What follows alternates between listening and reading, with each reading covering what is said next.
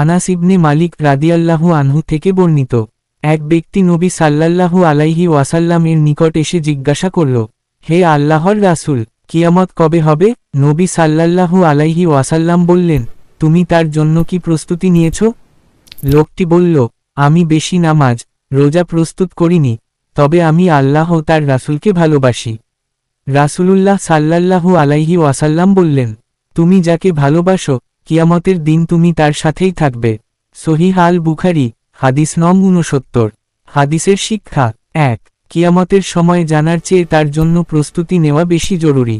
২. আল্লাহ ও তার রাসূল সাল্লাল্লাহু আলাইহি ওয়াসাল্লামের প্রতি ভালোবাসা আখিরাতে নাজাতের কারণ হবে। ৩.